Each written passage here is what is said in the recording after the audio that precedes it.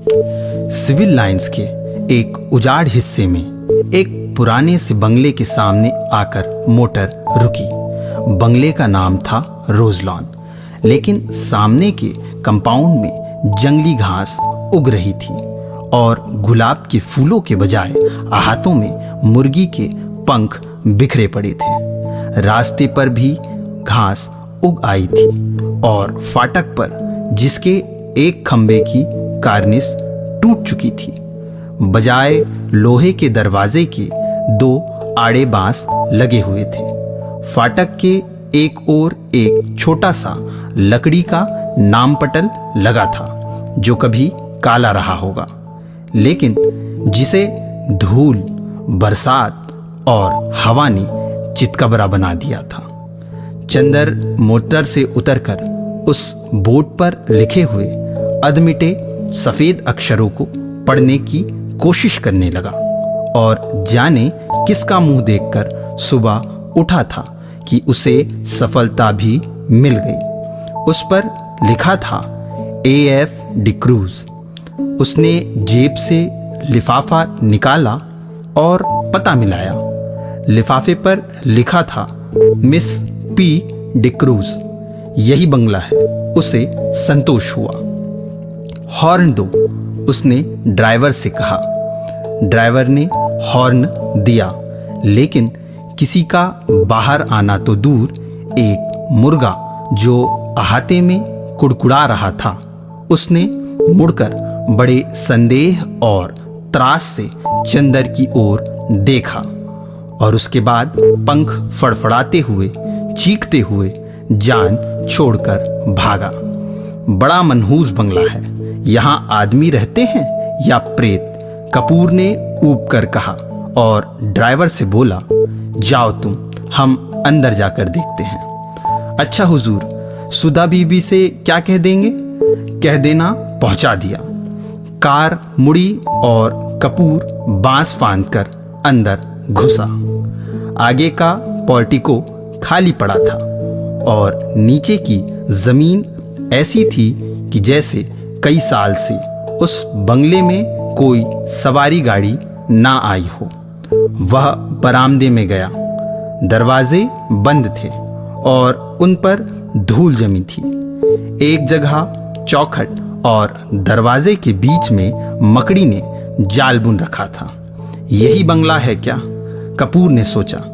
सुबह 8:30 बजे ही वहां ऐसा सन्नाटा छाया था कि दिल घबरा जाए। आसपास चारों ओर आधी फरलांग तक कोई बंगला नहीं था। उसने सोचा बंगले के पीछे की ओर शायद नौकरों की झोपड़ियां हों। वह दाएं बाजू से मुड़ा और खुशबू का एक तेज झोंका उसे चूमता हुआ निकल गया।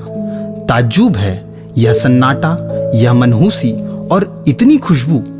कपूर ने कहा और आगे बढ़ा तो देखा कि बंगले के पिछवाड़े गुलाब का एक बहुत खूबसूरत बाग है। कच्ची रवीशें और बड़े बड़े गुलाब, हर रंग के। वह सचमुच रोजलॉन था। वह बाग में पहुंचा। उधर से भी बंगले के दरवाजे बंद थे। उसने खटखटाया, लेकिन कोई जवाब नहीं मिला। वह बाग में घुसा कि शायद कोई माली काम कर रहा हो। बीच बीच में ऊंचे ऊंचे जंगली चमेली के झाड़ थे और कहीं कहीं लोहे की छड़ों के कटघरे। बेगमबेलिया भी फूल रही थी, लेकिन चारों ओर एक अजब सा सन्नाटा था और हर फूल पर किसी खामोशी के फरिश्ते की छाह थी। फूलों में रंग था, हवा में ताजगी थी, पेड़ों में हरियाली थी, झोंकों में खुशबू थी, लेकिन फिर भी सारा बाग एक ऐसे सितारों का गुलदस्ता लग रहा था जिनकी चमक, जिनकी रोशनी और जिनकी ऊंचाई लुट चुकी हो। लगता था जैसे बाग का मालिक मौसमी रंगीनी भूल चुका हो, क्योंकि नेस्टर शर्मिया या स्वीटपी या फ्लाक्स कोई भी मौसमी फूल ना था, सिर्फ गुलाब थे और जंगली चमेली थी और बेगमबेलिया थी जो सालों पहले बोए गए थे। उसके बाद उन्हीं की काट छांट पर बाग चल रहा था। बागबानी में कोई नवीनता और मौसम का उल्लास न था। चंदर फूलों का बेहद शौकीन था। सुबह घूमने के लिए उसने दरिया किनारे के बजाय एल्फ्रेड पार्क चुना था, क्योंकि पानी की लहरों के बजाय उसे फूलों का बाग के रंगीन और सौरभ की लहरों से बेहद प्यार था।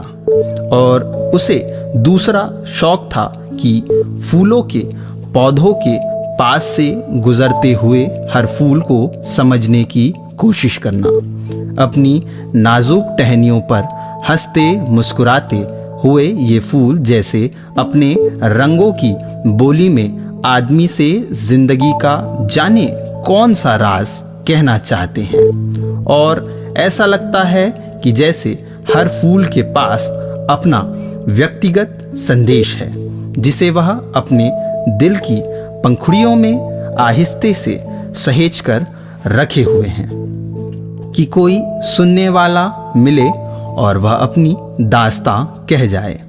फूलों की ऊपरी फुनगी पर मुस्कुराता हुआ आसमान की तरफ मुंह किए हुए यह गुलाब, जो रात भर सितारों की मुस्कुराहट चुपचाप पीता रहा है, यह अपने मोतियों पंखुड़ियों के होठों से जाने क्यों खिलखिलाता ही जा रहा है। जाने इसे कौन सा रहस्य मिल गया है। और वह एक नीचे वाली टहनी में आधा झुका हुआ गुलाब, झुकी हुई पलकों सी पंखुड़ियाँ और दोहरे मखमली तार सी उसकी डंडी। यह गुलाब जाने क्यों उदास है।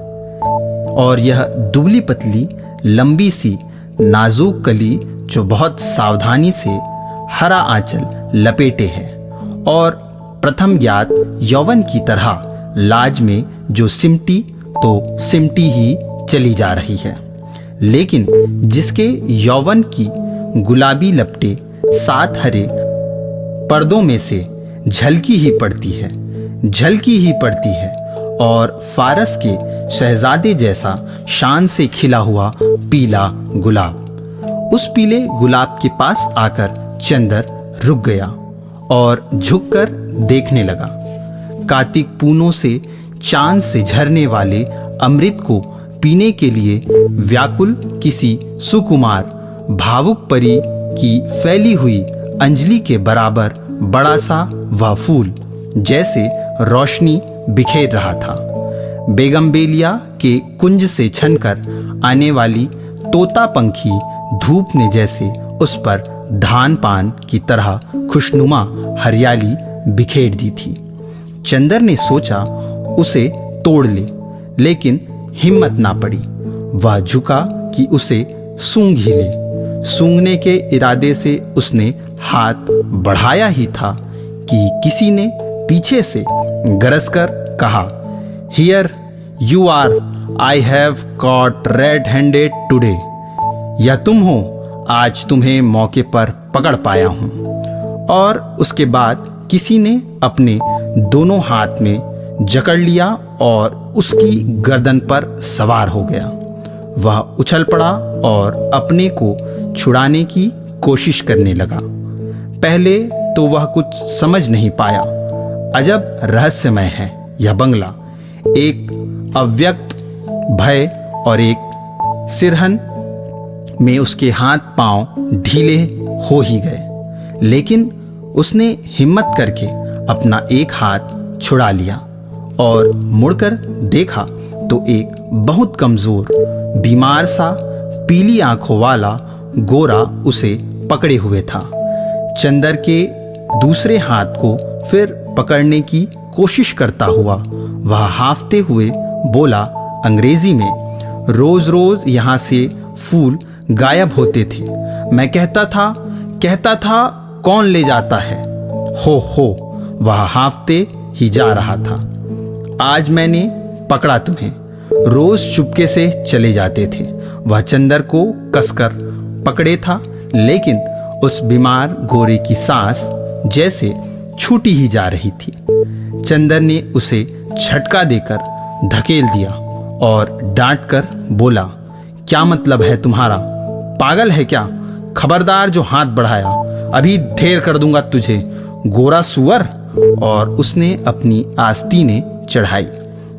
वह धक्के से गिर गया था, धूल झड़ाते हुए बैठा और बड़ी ही रोनी आवाज में बोला, कितना जुल्म है, कितना जुल्म है। मेरे फूल भी तुम चुरा ले गए और मुझे इतना हक भी नहीं कि मैं तुम्हें धमकाऊं। अब तुम मुझसे लड़ोगे? तुम जवान हो, मैं बूढ़ा हूं, हाय रे मैं। और सचमुच वह जैसे रोने लगा।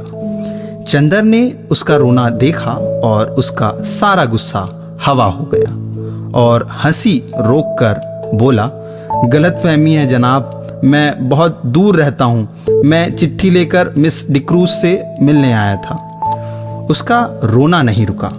तुम बहाना बनाते हो, बहाना बनाते हो, और अगर मैं विश्वास नहीं करता तो तुम मारने की धमकी देते हो। अगर मैं कमज़ोर ना होता तो तुम्हें पीस कर खा जाता और तुम्हारी खोपड़ी कुचल कर फेंक देता, जैसे तुमने मेरे फूल फेंके होंगे। फिर तुमने गाली दी, मैं उठाकर तुम्हें अभी नाले में फेंक दूंगा। अरे बाप रे, दौड़ो दौड़ो, मुझे मार डाला, पापी टामी। अरे दोनों कुत्ते मर गए। उसने डर के मारे चीखना शुरू किया। क्या है बर्टी, क्यों चिल्ला रहे हो? बाथरूम के अंदर से किसी ने चिल्लाकर कहा। अरे मार डाला इसने, दौड़ो दौड़ो। झटके से बाथरूम का दरवाजा खुला। बेडित गाउन पहने हुए एक लड़की दौड़ती हुई आई और चंदर को देखकर रुक गई। क्या है? उसने डांट कर पूछा। कुछ नहीं, शायद पागल मालूम देता है। जवान संभाल कर बोलो, वह मेरा भाई है। ओह, कोई भी हो, मैं मिस डिक्रूज से मिलने आया था। मैंने आवाज़ दी तो कोई नहीं बोला। मैं बाग में घूमने लगा। इतने में इसने मेरी गर्दन पकड़ ली।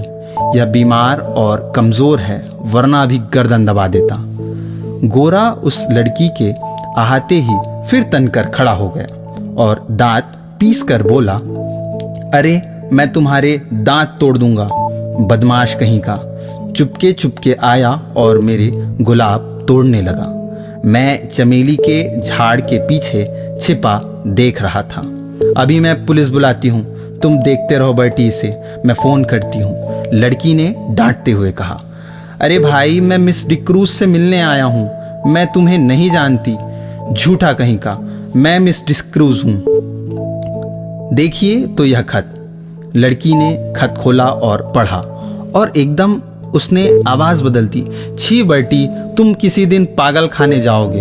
आपको डॉक्टर शुक्ला ने भेजा है, तुम तो मुझे बदनाम करा डालोगे। उसकी शक्ल और भी रोनी हो गई। मैं नहीं जानता था, मैं नहीं जानता था, उसने और भी घबरा कर कहा। माफ़ कीजिएगा, लड़की ने बड़े मीठे स्वर से साफ हिंदुस्तानी में कहा। मेरे भाई का दिमाग ज़रा ठीक नहीं रहता जब से इनकी पत्नी की मौत हो गई है। इसका मतलब ये नहीं कि ये किसी भले आदमी का इज्जत उतार ले, चंदर ने बिगड़ कर कहा। देखिए, बुरा मत मानिए, मैं इनकी ओर से माफ़ी मांगती हूँ। आइए अंदर चलिए। उसने चंदर का हाथ पकड़ लिया। उसका हाथ बेहद ठंडा था। वह नहा कर आ रही थी। उसके हाथ से उस तुषार स्पर्श से चंदर सिहर उठा और उसने हाथ झटक कर कहा, अफसोस, आपका हाथ तो बर्फ है। लड़की चौंक गई। वह सद्य स्नाता सहसा सचेत हो गई और बोली, अरे शैतान तुम्हें ले जाए बर्टी, तुम्हारे पीछे मैं बेडित गाउन में भागी आई। और बेडित गाउन के दोनों कॉलर पकड़कर उसने अपनी खुली गर्दन ढकने का प्रयास किया और फिर अपनी पोशाक पर लज्जित होकर भागी। अभी तक गुस्से के मारे चंदर ने उस पर ध्यान ही नहीं दिया था, लेकिन उसने देखा कि वह 23 बरस की दुबली पतली तरुणी है। लहराता हुआ बदन, गले तक कटे हुए बाल, एंग्लो इंडियन होने के बावजूद गोरी नहीं, चाय की तरह वह हल्की, पतली, भूरी और तुर्श थी। भागते वक्त ऐसा लग रहा था कि जैसे छलकती हुई चाय। इतने में वह गोरा उठा और चंदर का कंधा छूकर बोला, माफ़ करना भाई, उससे मेरी शिकायत मत करना। असल में ये गुलाब मेरी मृत पत्नी की यादगार है। जब इनका पहला पेड़ आया था तब मैं इतना ही जवान था जितने तुम, और मेरी पत्नी उतनी ही अच्छी थी जितनी पम्मी। कौन पम्मी? यह मेरी बहन प्रमिला डिक्रूज। ओह, कब मरी आपकी पत्नी? माफ़ कीजिएगा, मुझे मालूम नहीं था। हाँ, मैं बड़ा अभागा हूँ, मेरा दिमाग कुछ खराब है, देखिए, कहकर उसने झुककर अपनी खोपड़ी चंदर के सामने कर दी और बहुत गिड़गिड़ा कर बोला, पता नहीं कौन मेरे फूल चुरा ले जाता है। अपनी पत्नी की मृत्यु के बाद 5 साल से मैं इन फूलों को संभाल रहा हूँ। हाय रे मैं, जाइए, पम्मी बुला रही है। पिछवाड़े के सहन का बीच का दरवाज़ा खुल गया था और पम्मी कपड़े पहनकर बाहर झांक रही थी। चंदर आगे बढ़ा और गोरा मुड़कर अपने गुलाब और चमेली की झाड़ी में खो गया। चंदर गया और कमरे में पड़े हुए एक सोफे पर बैठ गया। पम्मी टॉयलेट कर चुकी थी और एक हल्की फ्रांसीसी खुशबू से महक रही थी। शैम्पू से धुले हुए रूखे बाल जो मचले पड़ रहे थे। खुशनुमा आसमानी रंग का एक पतला चिपका हुआ झीना ब्लाउज और ब्लाउज पर एक फ्लैनल का फुल पैंट, जिसके 2 गेलिस कमर, छाती और कंधे पर चिपके हुए थे। होठों पर एक हल्की लिपस्टिक की झलक मात्र थी और गले तक बहुत हल्का पाउडर जो बहुत नज़दीक से ही मालूम होता था। लंबे नाखूनों पर हल्की गुलाबी पैंट। वह आई निसंकोच भाव से उसी सोफे पर कपूर के बगल में बैठ गई और बड़ी मुलायम आवाज़ में बोली, मुझे बड़ा दुख है मिस्टर कपूर, आपको बहुत तवालत उठानी पड़ी। चोट तो नहीं आई? नहीं नहीं, कोई बात नहीं। कपूर का सारा गुस्सा हवा हो गया। कोई भी लड़की निसंकोच भाव से इतनी अपनायत से सहानुभूति दिखाए और माफ़ी मांगे तो उसके सामने कौन पानी पानी ना हो जाएगा। और फिर वह भी जब उसके सामने होठों पर न केवल बोली अच्छी लगती हो वरन लिपस्टिक भी इतनी प्यारी हो। लेकिन चंदर की एक आदत थी और चाहे कुछ ना हो, कम से कम वह अच्छी तरह जानता था कि नारी जाति से व्यवहार करते समय कहाँ पर कितनी ढील देनी चाहिए, कितना कसना चाहिए, कब सहानुभूति से उन्हें झुकाया जा सकता है, कब अकड़कर। इस वक्त जानता था कि इस लड़की से वह जितनी सहानुभूति चाहे ले सकता है अपने अपमान के हर्जाने के तौर पर। लेकिन कपूर साहब बोले, लेकिन मिस डिक्रूज, आपके भाई बीमार होने के बावजूद मजबूत हैं। उफ, गर्दन पर जैसे अभी तक जलन हो रही है। ओहो, सचमुच मैं बहुत शर्मिंदा हूँ। देखूं, और कॉलर हटाकर उसने गर्दन पर अपनी बर्फीली अंगुलियां रख दी। लाइए, लोशन मल दूं। धन्यवाद धन्यवाद, इतना कष्ट न कीजिए, आपकी अंगुलियां गंदी हो जाएंगी, कपूर ने बड़ी शालीनता से कहा। पम्मी के होठों पर एक हल्की सी मुस्कुराहट, आंखों में हल्की सी लाज और वक्ष में एक हल्का सा कंपन दौड़ गया।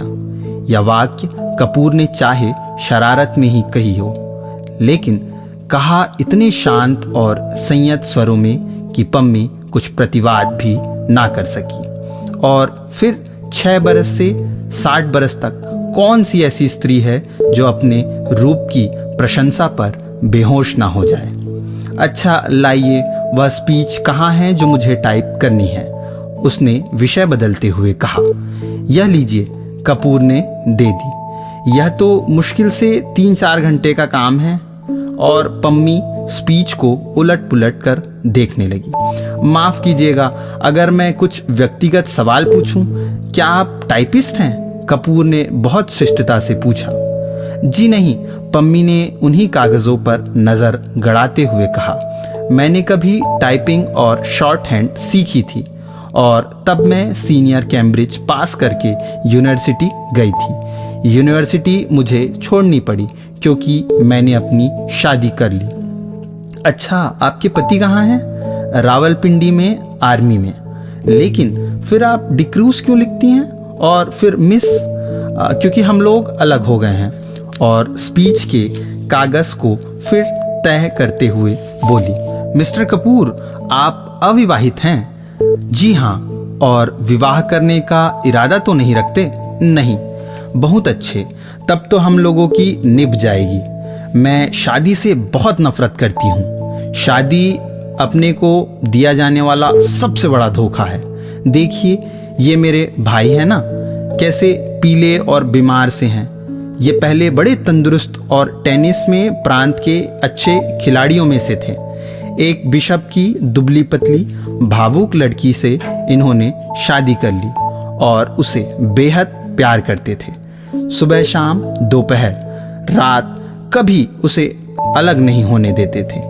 हनीमून के लिए उसे लेकर शिलोन गए थे। वह लड़की बहुत कलाप्रिय थी, बहुत अच्छा नाचती थी, बहुत अच्छा गाती थी और खुद गीत लिखती थी। यह गुलाब का बाग उसी ने बनवाया था और इन्हीं के बीच में दोनों बैठकर घंटों गुजार देते थे। कुछ दिनों बाद दोनों में झगड़ा हुआ। क्लब में बॉल डांस था और उस दिन वह लड़की बहुत अच्छी लग रही थी, बहुत अच्छी। डांस के वक्त इनका ध्यान डांस की तरफ कम था, अपनी पत्नी की तरफ ज्यादा। इन्होंने आवेश में उसकी अंगुलियां जोर से दबा दी। वह चीख पड़ी और सभी इन लोगों की ओर देखकर हंस पड़े। वह घर आई और बहुत बिगड़ और बोली, आप नाच रहे थे या टेनिस का मैच खेल रहे थे? मेरा हाथ था या टेनिस का रैकेट? इस बात पर बर्टी भी बिगड़ गया और उस दिन से जो इन लोगों में खटकी तो फिर कभी ना बनी। धीरे धीरे वह लड़की एक सर्जेंट को प्यार करने लगी। बर्टी को इतना सदमा हुआ कि वह बीमार पड़ गया, लेकिन बर्टी ने तलाक नहीं दिया। उस लड़की से कुछ कहा भी नहीं और उस लड़की ने सर्जेंट से प्यार जारी रखा। लेकिन बीमारी में बर्टी की बहुत सेवा की। बर्टी अच्छा हो गया। उसके बाद उसको एक बच्ची हुई और उसी में वह मर गई। हालांकि हम लोग सब जानते हैं कि वह बच्ची उस सर्जेंट की थी, लेकिन बर्टी को यकीन नहीं होता कि वह सर्जेंट को प्यार करती थी। वह कहता है, यह दूसरे को प्यार करती होती तो मेरी इतनी सेवा कैसे कर सकती थी भला। उस बच्ची का नाम बर्टी ने रोज रखा और उसे लेकर दिन भर उन्हीं गुलाब के पेड़ों के बीच में बैठा करता था, जैसे अपनी पत्नी को लेकर बैठता था। 2 साल बाद बच्ची को सांप ने काट लिया। वह मर गई और तब से बर्टी का दिमाग ठीक नहीं रहता। खैर, जाने दीजिए। आइए अपना काम शुरू करें। चलिए अंदर के स्टडी रूम में चलें। चलिए, चंदर बोला और पम्मी के पीछे पीछे चल दिया। मकान बहुत बड़ा था और पुराने अंग्रेजों के ढंग पर सजा हुआ था। बाहर से जितना पुराना और गंदा नजर आता था, अंदर से उतना ही आलीशान और सुथरा। ईस्ट इंडिया कंपनी के ज़माने की छाप थी अंदर। यहाँ तक कि बिजली लगाने के बावजूद अंदर पुराने बड़े बड़े हाथ के खींचे जाने वाले पंख लगे थे। 2 कमरों को पार कर वे लोग स्टडी रूम में पहुंचे। बड़ा सा कमरा जिसमें चारों तरफ अलमारियों में किताबें सजी हुई थी। 4 कोनों में 4 मेज़ें लगी हुई थी, जिनमें कुछ बस्ट और कुछ तस्वीरें स्टैंड के सहारे रखी हुई थी। एक अलमारी के नीचे खाने में टाइपराइटर रखा था। पम्मी ने बिजली जला दी और टाइपराइटर खोलकर साफ करने लगी। चंदर घूमकर किताबें देखने लगा। एक कोने में कुछ मराठी की किताबें रखी थी। उसे बड़ा ताज्जुब हुआ। अच्छा पम्मी, ओ माफ़ कीजिएगा मिस डिक्रूज, नहीं आप मुझे पम्मी पुकार सकते हैं, मुझे यही नाम अच्छा लगता है। हाँ, क्या पूछ रहे थे आप? क्या आप मराठी भी जानती है? नहीं, मैं तो नहीं जानती, मेरी नानी जी जानती थी। क्या आपको डॉक्टर शुक्ला ने हम लोगों के बारे में कुछ नहीं बताया? नहीं, कपूर ने कहा। अच्छा, ताज्जुब है। पम्मी बोली, आपने ट्रेनाली डिक्रूज का नाम सुना है ना? हाँ हाँ, डिक्रूज जिन्होंने कौशाम्बी की खुदाई करवाई थी, वह तो बहुत बड़े पुरातत्ववेता थे। कपूर ने कहा, हाँ वही, वह मेरे सगे नाना थे और वह अंग्रेज नहीं थे, मराठा थे और उन्होंने मेरी नानी से शादी की थी जो एक कश्मीरी ईसाई महिला थी। उनके कारण भारत में उन्हें ईसाईयत अपनानी पड़ी। यह मेरे नाना का ही मकान है और अब हम लोगों को मिल गया है। डॉक्टर शुक्ला के दोस्त मिस्टर श्रीवास्तव बैरिस्टर है ना, वह हमारे खानदान के अटॉर्नी थे। उन्होंने और डॉक्टर शुक्ला ने यह जायदाद हमें दिलवाई। लीजिए, मशीन तो ठीक हो गई। उसने टाइपराइटर में कार्बन और कागज लगाकर कहा, लाइए निबंध। इसके बाद घंटे भर तक टाइपराइटर रुका नहीं। कपूर ने देखा कि यह लड़की जो व्यवहार में इतनी सरल और स्पष्ट है, फैशन में इतनी नाजुक और शौकीन है, काम करने में उतनी ही मेहनती और तेज भी है। उसकी अंगुलियां मशीन की तरह चल रही थी और तेज इतनी कि 1 घंटा में उसने लगभग आधी पांडुलिपि टाइप कर डाली थी। ठीक 1 घंटे के बाद उसने टाइपराइटर बंद कर दिया। बगल में बैठे हुए कपूर की ओर झुककर कहा, अब थोड़ी देर आराम, और अपनी अंगुलियां चटकाने के बाद कुर्सी खिसकाकर उठी और एक भरपूर अंगड़ाई ली। उसका अंग अंग धनुष की तरह झुक गया। उसके बाद कपूर के कंधे पर बेतकल्लुफी से हाथ रखकर बोली, क्यों, एक प्याला चाय मंगवाई जाए? मैं तो पी चुका हूँ, लेकिन मुझसे तो काम होने से रहा अब बिना चाय के। पम्मी एक अल्हड़ बच्ची की तरह बोली और अंदर चली गई। कपूर ने टाइप किए हुए कागज उठाए और कलम निकालकर उसकी गलतियां सुधारने लगा। चाय पीकर थोड़ी देर में पम्मी वापस आई और बैठ गई। उसने एक सिगरेट केस कपूर के सामने किया। धन्यवाद, मैं सिगरेट नहीं पीता। अच्छा, ताज्जुब है। आपकी इजाज़त हो तो मैं सिगरेट पी लूं?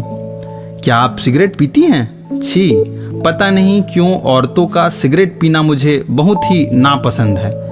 मेरी तो मजबूरी है मिस्टर कपूर, मैं यहाँ के समाज में मिलती जुलती नहीं। अपने विवाह और अपने तलाक के बाद मुझे एंग्लो इंडियन समाज से नफरत हो गई है।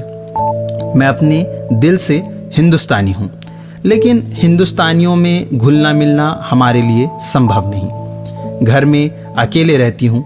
सिगरेट और चाय से तबीयत बदल जाती है। किताबों का मुझे शौक नहीं। तलाक के बाद आपने पढ़ाई जारी क्यों नहीं रखी? कपूर ने कहा, मैंने कहा ना कि किताबों का मुझे शौक नहीं। बिल्कुल, पम्मी बोली, और मैं अपने को आदमियों में घुलने मिलने के लायक नहीं पाती।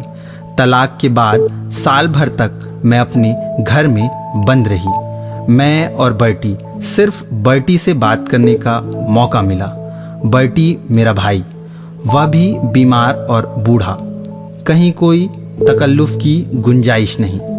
अब मैं हर एक से बेतकल्लुफ़ी से बात करती हूँ तो कुछ लोग मुझ पर हंसते हैं, कुछ लोग मुझे सभ्य समाज के लायक नहीं समझते, तो कुछ लोग उसका गलत मतलब निकालते हैं। इसलिए मैंने अपने को इस बंगले में कैद कर लिया है। अब आप ही हैं। आज पहली बार मैंने देखा आपको।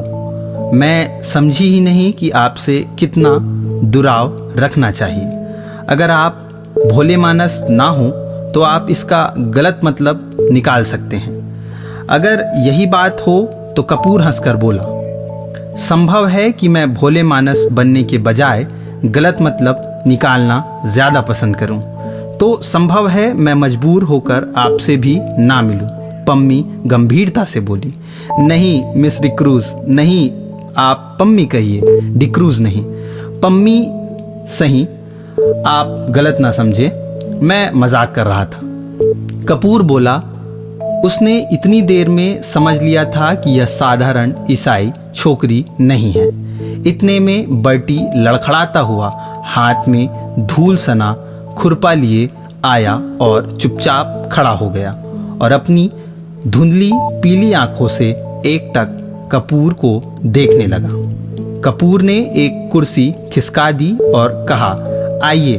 पम्मी उठी और बर्टी के कंधों पर हाथ रखकर उसे सहारा देकर कुर्सी पर बिठा दिया। बर्टी बैठ गया और आंखें बंद कर ली। उसका बीमार कमज़ोर व्यक्तित्व जाने कैसा लगता था कि पम्मी और कपूर दोनों चुप हो गए।